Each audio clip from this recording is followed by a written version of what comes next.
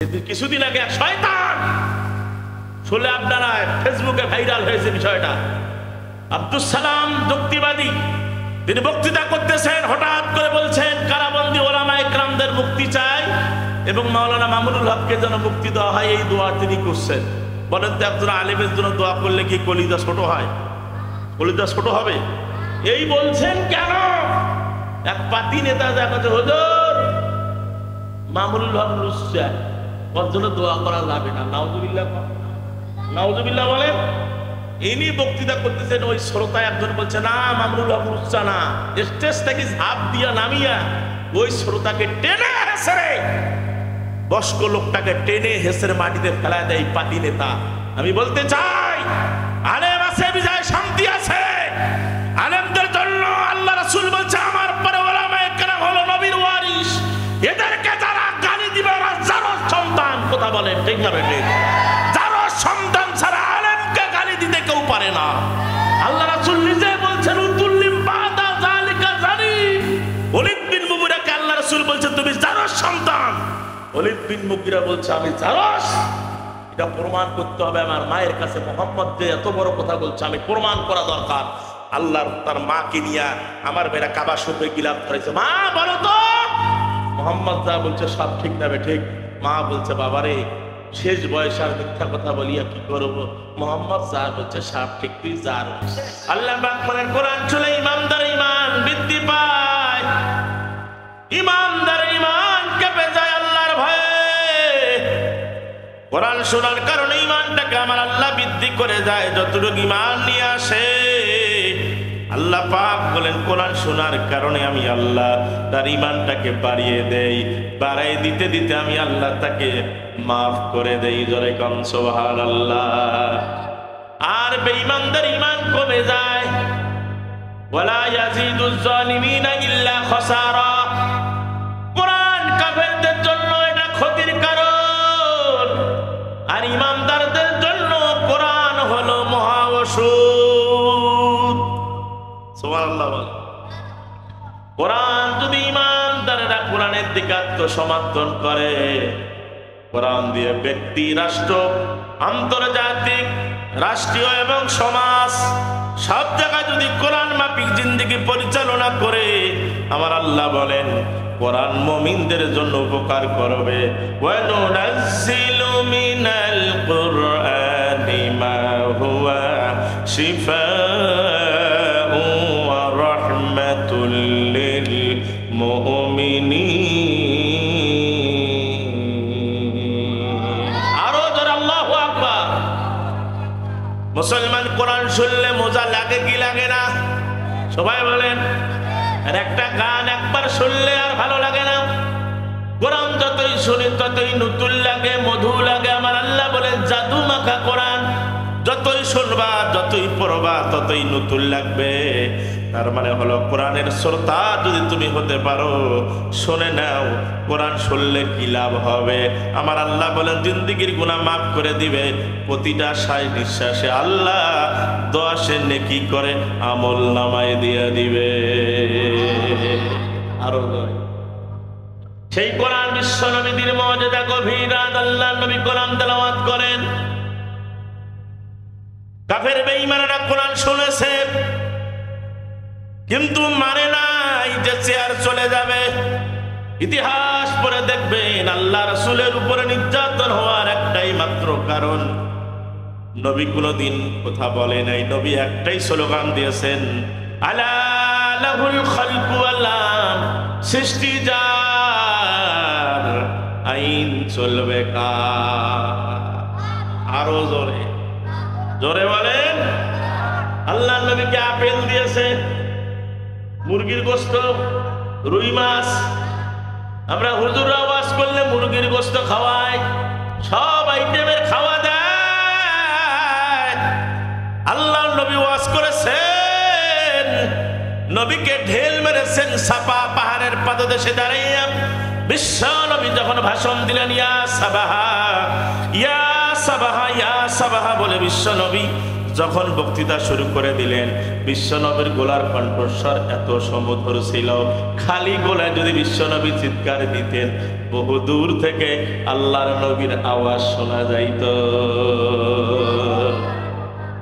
আবু জাহেল, আবু লাহাব, উতবা, শাইবা, ওয়ালিদ বিন মুগীরা বড় বড় কাফেরা না, তারা মনে মনে ভাবলো মুহাম্মদ কেন চিৎকার দিতেছে?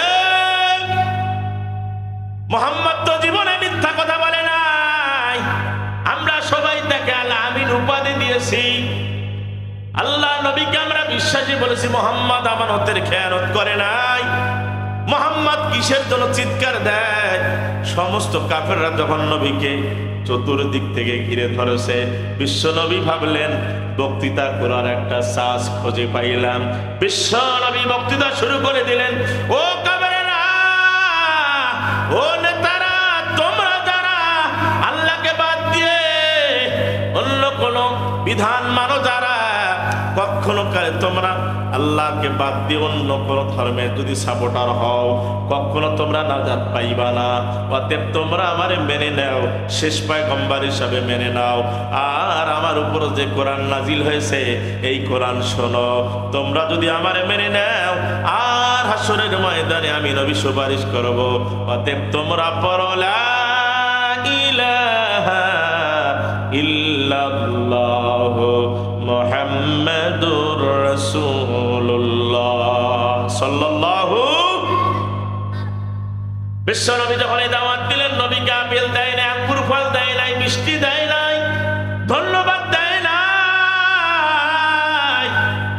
আল্লাহ নবীকে পাথর মারলে তাম্মাল্লাকা আলিহা জামাতুনা, হে মুহাম্মদ এই ফালতু কথা বলার জন্য আমাদেরকে জমায়েত করেছো, ডেকেছো, এই জন্য কি আমাদেরকে ডেকেছো? আল্লাহ নবীর বক্তৃতা কেউ শুনলো না, নবীকে গালি দিল। রাবি বর্ণনা করেন, ইতিহাসে সেটা লেখা যায় না। নবীকে যখন গালি দিল, আমার আল্লাহ বলে, হাবিব আমি হলাম রব্বুল আলামিন, আর আপনি হলেন রাহমাতাল লিল আলামিন। আরো জোরে, আমার পরে আপনার স্থান। নবী আপনাকে গালি দিল, আপনাকে ঢেল মারল। আবু লাহাব কি করলো? পাথর দিয়ে নবীকে ঢেল মারল। আমার আল্লাহ সহ্য হইল না, আমার নবীর সাথে দিয়েছিস পাল্লা, তোর হাত রাখবো না আমি আল্লাহ। নবীর সাথে দিয়েছে পাল্লা আবু জাহেলকে আমি রাখি নাই। তুই যত নবীকে ঢেল মেরেছিস, আমার আল্লাহ বলে জিবরাইল আর করো না দেরি, চলে যাও তাড়াতাড়ি, নবীকে যা সান্ত্বনা দাও, আমি আল্লাহ হলাম রব্বুল আলামিন, আর আমার নবী হলো রাহমাতুল লিল আলামিন। নবীকে যা বলো তাড়াতাড়ি সূরা লাহাব নিয়ে যাও, আবু জাহেলের হাত পা সবকিছু আমি ধ্বংস করে দিব। জোরে জোরে কান সুবহানাল্লাহ। সূরা নাজিল হয়ে গেল, আমার সাথে পড়েন পরিচিত সূরা তাব্বাত ইয়াদা, পড়েন তাব্বাত ইয়াদা আবি লাহাবি ওয়া তাব্ব মা আগনা আনহু মালুহু ওয়া মা কাসাব সায়াসলা নারান যাতা লাহাবি ওয়া ইমরাআতুহু হাম্মালাতাল হাতাব ফি জিদিহা হাবলুম মিন মাসাদ। কোথাকার? আরো জোরে, এ জিবরাইল আর করো না দেরি, চলে যাও তাড়াতাড়ি, নবীর সাথে আবু লাহাব দিয়েছে পাল্লা, ও জানে না নবীর সাথে আছি আমি আল্লাহ। আরো জোরে সুবহানাল্লাহ বলে। কোন নবীকে ঢেল মেরেছে? আরে রাখবো না কাল্লা, আল্লাহর নবীকে ঢেল মারলো, কেউ কালেমা পড়লো না, সবাই যার যার মতো বাড়ি চলে গেল। বিশ্ব নবীর উপর সূরা নাজিল হলো। বিশ্ব নবী কাবার হাতিমের পাশেই হলো। হাতিমটা হলো কাবারই অংশ, যারা হজ করতে গেছে তারা দেখেছে হাতিমটা হলো কাবারই অংশ। হাতিমে যারা নামাজ পড়বে, আল্লাহ সুবহানাহু ওয়া তাআলা তার জীবনের গুনাহ খাতা মাফ করিয়া দেয়। বিশ্ব নবী কাবার হাতিমের সুরলা কণ্ঠ, বিশ্ব নবীর এত সুন্দর তেলাওয়াত যে নবী কোরআন তেলাওয়াত করলে মানুষ পাগল হয়ে যায়। কাফের বেঈমানেরা সব শেষ করে আল্লাহ নবীর কোরআন দাঁড়িয়ে দাঁড়িয়ে শুনে বিশ্ব নবী কানের কাছে হাতটা দিয়ে সূরা লাহাব যখন তেলাওয়াত করে, সূরা লাহাব কাফেরেরা সূরা লাহাব শুনতেছে, তারা তো অর্থ বুঝে, তাড়াতাড়ি আবু লাহাবের কাছে যা বলে, আবু লাহাব মুহাম্মাদের সাথে কি দিয়েছ তুই পাল্লা? মুহাম্মদ তার আল্লাহর সাথে লাইন করিয়া সূরা নিয়ে এসেছে, এই সূরার মধ্যে বলেছে তোর হাত পা পচে যাবে, মালপাতি সব ধ্বংস হবে, হাম্মালাতুল হাতাব তোর স্ত্রীও ধ্বংস হবে। জোরে জোরে কাম সুবহানাল্লাহ। মুসলমান ভাইরা আমার, কান দিল খারাপ করে শুনে যান, বক্তৃতা লম্বা করার সুযোগ নাই, শুধু একটু কোরআন শুনে যান। মুসলমান ভাইরা আমার, নবীকে যখন গালি দিল, ছেলেরা যা বলছে স্যার আপনার তো 12টা বাজাইছে, বলে কে? মুহাম্মদ। আবু লাহাব খেপা কুত্তার মতো বলতেছে, হ্যাঁ আমার দেশে বাস করে, আমার উপর সূরা নাজিল করে। ধরে কান্না। এই বড় বড় নেতা সেলাদেরকে ধ্বংস করেছে তার কিছু সেলা। কথা বলে ঠিক না বেটি? নেতার টাপতে মনে হয় রাস্তা কাঁপে, রাস্তার খালও মুন্দে না, এরকম নেতা আছে না নাই? ধরে বলেন। আবু জেহেল, আবু জেহেল ছিল আবু লাহাব ছিল আবু জেহেলের জামাই। কার জামাই? আবু জেহেলের জামাই। পাওয়ারটা বেশি। আবু জেহেল ছিল ক্ষমতায়। আমার দেশে বাস করে, আমার উপর সূরা নাজিল করে, আর 12টা বাজা। আল্লাহ কয় দিস না পাল্লা, নবীর সাথে আছি আমি আল্লাহ, রাখবো না ঘরের কাল্লা। জোরে জোরে কান সুবহানাল্লাহ, আরো জোরে সুবহানাল্লাহ। কষ্ট হচ্ছে? কষ্ট হয়? কি বল শুন, আল্লাহ আজকের মাহফিল কবুল করুক, বলি আমিন। আরো জোরে বলে আমিন। আজকের মাহফিল চলবে, বলেন আজকের মাহফিল কতক্ষণ চলবে? সারা রাত। চলুক, বক্তা মরুক, সারা রাতের নিয়ত থাকা ভালো। এর আগেও যদি শেষ হয় আল্লাহ সারা রাতে সব আমল নামায় দিয়ে দিবে। আরো জোরে। আবু জাহেলের জামাই আবু লাহাব খেপা কুত্তার মতো। ইতিহাস বর্ণনা লেখেন তার 2টা ছেলে, একটা হলো উতবা, একটা হলো উদাইবা। কয়টা ছেলে? 2টা ছেলে। নবুয়তের আগে নবীদের আবু জাহেল হলো বিয়াই। আল্লাহ রাসূলের 2টা মেয়ে, একটার নাম রুকাইয়া, একটার নাম জয়নব। ইতিহাস পড়ে দেখবেন, সূরা লাহাবের তাফসীর খুলে দেখেন মিয়া। আল্লাহ রাসূলের নবুয়ত পর আগে আবু লাহাব আল্লাহ রাসূলের বিয়াই। আল্লাহ রাসূল যখন নবুয়ত পাইলেন তখন আবু জাহেলের মাথা খারাপ হয়ে গেল। যাইয়া ছেলেদেরকে বলছে, বাবা তোমরা কি জানো না? বলে কি হয়েছে? বলে তোমার শ্বশুর মুহাম্মদ আল্লাহর সাথে লাইন করিয়া সূরা নিয়ে এসেছেন।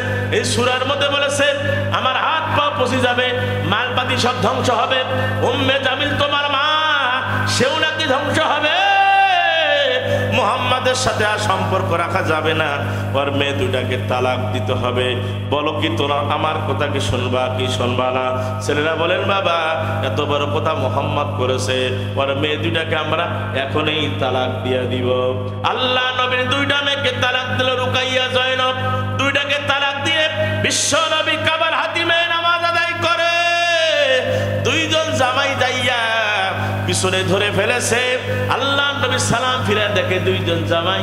কি ব্যাপার জামাই সাহেবেরা তোমরা এখানে কেন?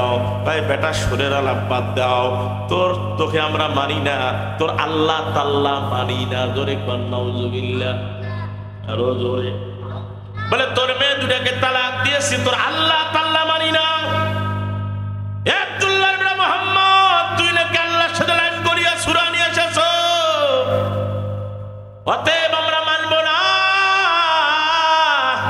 তোর মেয়েকে তালাক দিয়েছি। উতবা কি করলেন? আল্লাহ নবীর চেহারা মোবারককে থুতু দিলেন। যে শরীরের মধ্যে মশা মাছি পড়া হারাম, সেই নবীকে থুতু দিল। বন্ধু আল্লাহ নবী মন খারাপ করলেন না। আল্লাহ রাব্বুল আলামিন বলে হাবিব জিবরাইল বলেন পয়গম্বর আপনার সাথে দিয়েছে পাল্লা, আল্লাহ তার রাখবে না ঘাড়ের কাল্লা, একটু বদদুয়া করেন।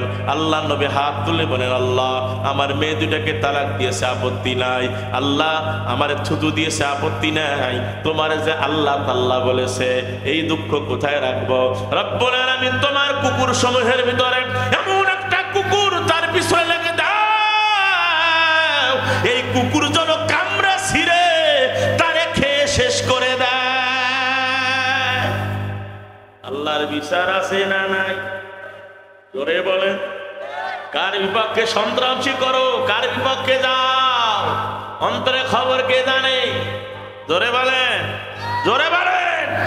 কার বিপক্ষে কথা বলো, এটা হিসাব নাও, অন্তরে খবর আল্লাহর কাছে আছে। তোর বিচার হবে, তোর বিবেকের বিচার হবে, তোর হাতের বিচার হবে, তোর দুর্নীতির বিচার হবে, তোর জবানের বিচার হবে, সব রেকর্ড আছে। মরে দেখ তোর বাদাম ফাটাবে। কথা বলেন না কেন? এই জন্য এক কবি কি সুন্দর করে গজল লিখে গেলেন, তার একটা গজলের কলি আমার খুব রেখাপাত করেছে। আজকে মরলে কালকে 2 দিন, পরের দিন কেউ কাঁদবে না, যাদের জন্য করলা কামাই মরলে তারা চিনবে না। কথা বলেন না কেন? আজকে মরলে কালকে 2 দিন, পরের দিন কেউ কাঁদবে না, যাদের জন্য করলা কামাই মরলে তারা চিনবে না। থাকতে সময় স্মরণ কর, থাকতে সময় স্মরণ কর, আমল কর খাঁটি, শেষ ঠিকানা তোমার আমার 3.5 হাত মাটি রে মন, 3.5 হাত মাটি। ওই দেখা যায় গোরস্থান, ওই আমাদের ঘর, ওইখানতে থাকতে হবে সারা জীবন ভর। ও কবর তুই চাস কি, টাকা পয়সা নেস কি? কবর বলে টাকা আমি নেই না, ঘুষ আমি খাই না, ভালো মানুষও পাই না, একটু যদি পাই অমনি করে জান্নাতে পাঠাই। আল্লাহু আকবার বলে। এ মুসলমান বন্ধুরা আমার, কয়দিনের দুনিয়া পাগল হয়ে গেছে, কয়দিনের দুনিয়া, কয়দিন বাজবা বিশাল অট্টালিকা, টাকার টাকা, পাহাড় আর পাহাড়, মনে মনে ভাবো আমি বোধহয় সব করে নিলাম। না না, মরে দেখ সব জিরো হয়ে আছে। কার বিরোধিতা করো, কার বিপক্ষে তুমি মামলা দায়ের করতেছো, কাকে মারার জন্য পরিকল্পনা করতেছো, কার গীবত করো, সব নেকি তো যার গীবত করতেছো সব নেকি তো তার আমলনামায় জমা হইতেছে, তোমার আমলনামায় 0 0। কথা বলেন না? কেউ যদি উন্নতি করে অনেকের চোখে সহ্য হয় না, এত দূর আগাবে কেন, নিচে নামাই। আল্লাহ যদি কারো উপরে টানে, তুই যদি পা ধরি টানিস, লাভ হবে না। হবে? জোরে বলেন হবে?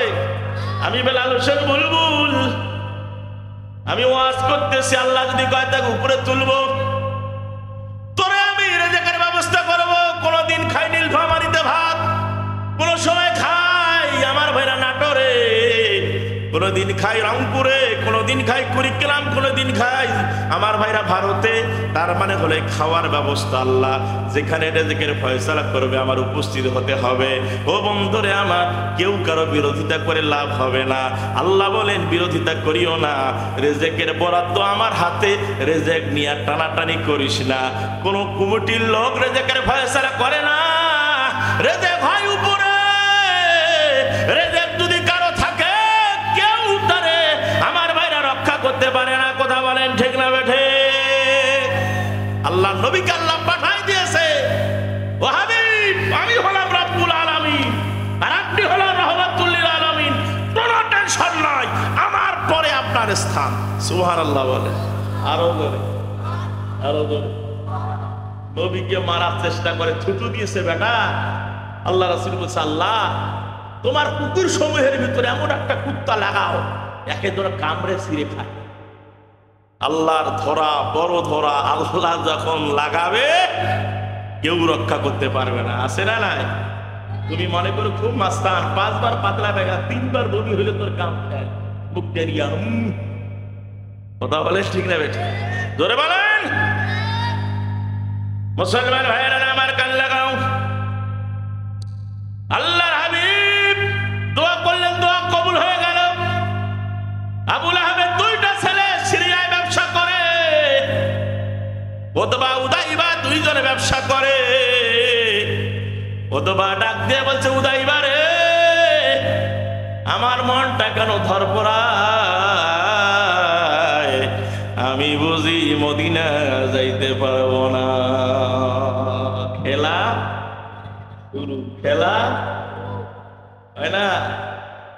খেলা হবে, জীবন চলে না তাও খেলা হবে। কথা বলে ঠিক না? আরে কার সাথে খেলবা তুমি? খেলা হবে মুসলমানের জান্নাতে। জোরে বলেন কোথায়? আমরা খেলবো কোথায়? আরে দুনিয়ায় কিসের খেলা?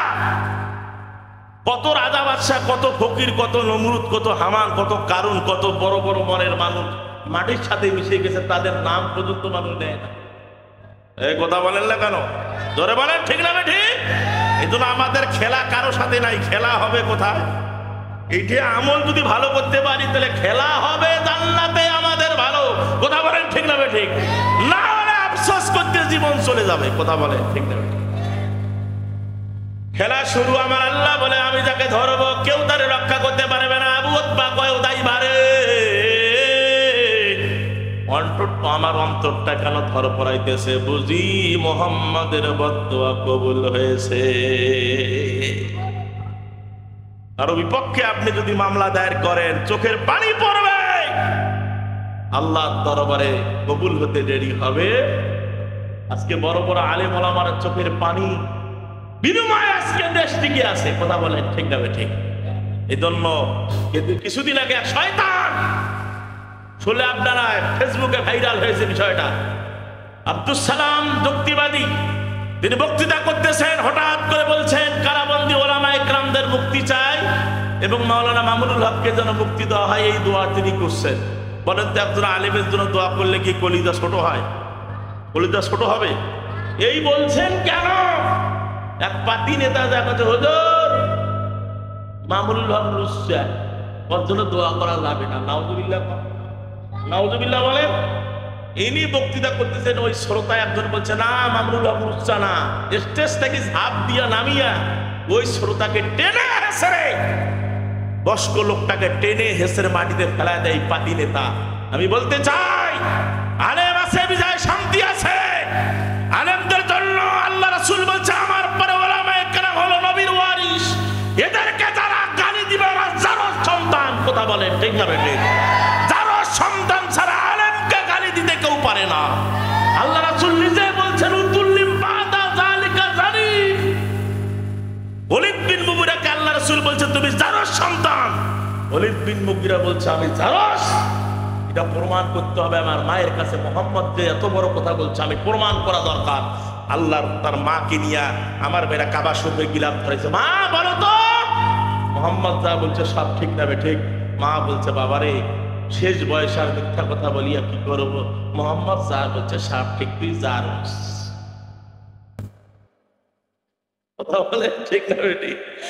এই জন্য দেখবেন মরণ পরে আলেমদেরকে যুগে যুগে সাহাবায়ে কেরাম রাদিয়াল্লাহু আনহু, সাহাবারা নবীকে যারা গালি দিয়েছে, আলেমদেরকে যারা নির্যাতন করেছে এবং নবীকে যারা গালি দিয়েছে, আল্লাহ রাসূল নিজেই বলছে তারা জারস, অবৈধ সন্তান। উলীদ বিন বাদা যালিকা জানিম, তারা হলো জারস সন্তান। আল্লাহ রাসূল বলছেন, উতবা খেলা শুরু। উতবা বলছে, উদাইবারে, আমি বোধহয় আর মদিনা যাইতে পারবো না, একটু তাবু গাড়ো, আমি একটি রাতটা দাপন করবো, আমার ভালো লাগতেছে। মুসলমান ভাইরা আমার অনেক লম্বা ইতিহাস যদি বলতে যাই শেষ করা যাবে না। সূরা লাহাবের তাফসীর খুলে দেখবেন, আল্লাহর নবী বদদুয়া করেছে, আল্লাহর আদালতে কবুল হয়ে গেছে।